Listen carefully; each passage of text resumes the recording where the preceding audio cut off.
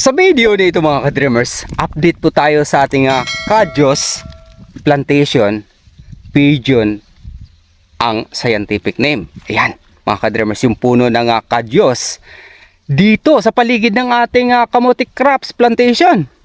Ayan, ikutin ko po kayo nang makita ninyo yung mga puno ng Kajos na pinalibot namin dito sa paligid ng aking tent mini shelter.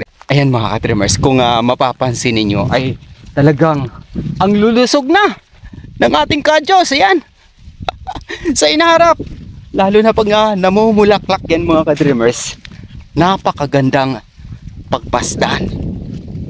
At yung bunga niyan sa inaharap, yun yung pinakamasarap ihalo sa karne, ginataang Kajos tapos haluan ng papaya. Kaya perfect yung ating combination dahil sa meron din tayong papaya dwarf na pinunla rito, ilang puno. Sakaling magsabay-sabay yung pamumunga nito mga ka-dreamers. Ayan napakaganda ng pagmasda nito.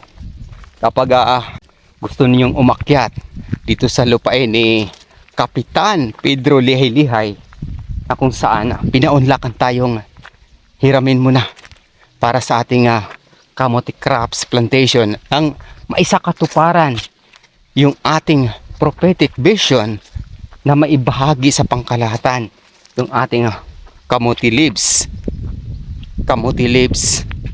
na iproseso natin.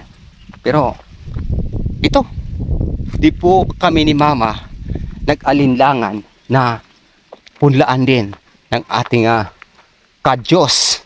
Yan mga ka-dreamers. So, malayo-layo na yung ating nilalakbay. Puro Kajos yan sa paligid mga ka-dreamers. Medyo malalapit po siya. Pero kung mapapansin niyo, ayan, ang lulusog na. Praise God. Kahit pa paano. Pero nung una, nung mga 3 dangkal pa lang siya, kinakabahan ako. Dahil sa sobrang malakas yung hangin dito. Talagang nayayanig yung ating Kajos. Sabi ko, mag-survive kaya to? Pero ngayon ito na yung ating Kajos. Napakagandang pagmasdan. At nakakaaliw mga ka-dreamers. Yung pinaghirapan ay makikita mo na talagang masigla. Ika nga, ang ganda. Ayan. So, ariyan yung ating tent mini shelter.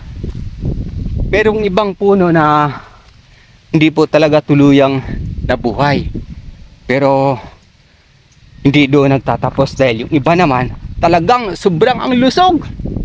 Nasa palusong po tayo mga ka-dreamers dahil sa ginawan nga to ni Kapitan Pedro Lihay-Lihay ng kalsada paikot tong lugar niya.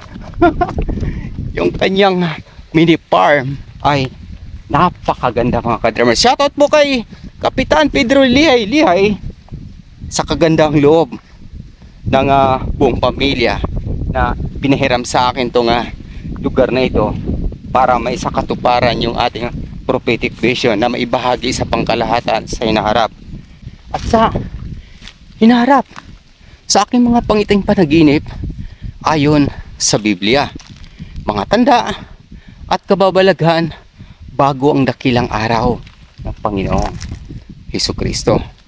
Hanggang sa muli, maraming salamat sa pakikinig at pag-subscribe.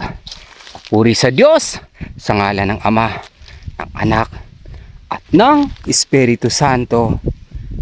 Amen. God bless!